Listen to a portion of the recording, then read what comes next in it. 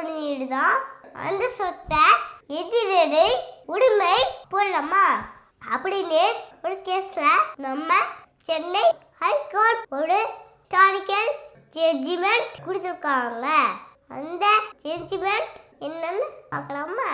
இந்த வழக்குல சொத்துக்கு உரிமை இல்லாத ஒரு நபர் அந்த சொத்தை தன் பேருக்கு பட்டம் மாத்தி 30 வருஷமா யூஸ் பண்ணிருக்கார். இந்த வழக்குல அந்த நபருக்கு எதிரடை அனுபவம், அதாவது அட்வர்ஸ் பொசெஷன் கேட்கலாமா அப்படின்னு இந்த கேள்விக்கு உயர் நீதிமன்றம் அப்படி கேட்க முடியாது என்று ஒரு வரலாற்று சிறப்புமிக்க திருப்ப கொடுத்துருக்காங்க. அப்படி அவர் 30 வருஷமா பட்டாவை மாத்தி அத வேறு ஒரு நபருக்கு வித்து இருந்தாலும் கூட அதுக்கான உரிமையான அந்த சொத்தை திரும்ப பெற முடியும். மேலும் இதுக்கு இமிடேஷன் ஆக்ட் செக்ஷன் 64 மற்றும் 65 படி 12 ஆண்டுகளுக்கு உள்ளாக வழக்கு போட்டிருக்கணும் என்ற எந்த அவசியமும் கிடையாது.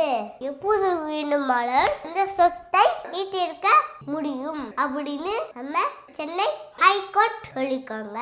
மேலும் transfer of property act section 106 கீழ் அவர் எதிர் தரப்பினருக்கு எந்த விதமான நோட்டீஸும் அனுப்பிக்க வேண்டிய அவசியம் கிடையாது அப்படின்னு இந்த தீர்ப்புல இருக்காங்க. இந்த வழக்கோடைய டீடைல்ஸ் நான் கீழே கமெண்ட்ல கொடுக்கறேன். அத நீங்க போய் செக் பண்ணி பாருங்க. இந்த மாதிரி இன்னும் நிறைய சட்டம் மற்றும் முக்கிய தகவல்களை தெரிஞ்சுக்க என்னோட பேஜை லைக் பண்ணுங்க, சப்ஸ்கிரைப் பண்ணுங்க, ஷேர் பண்ணுங்க. இன்னும் வேற ஏதாவது சட்டத்தை பத்தி தெரிஞ்சுக்கணும்னா அதை பத்தி கீழே கமெண்ட்ல போடுங்க. நான் சீக்கிரமா அடுத்த வீடியோல அதை பத்தி உங்களுக்கு சொல்றேன். நன்றி, தேங்க்யூ, பாய் பாய்.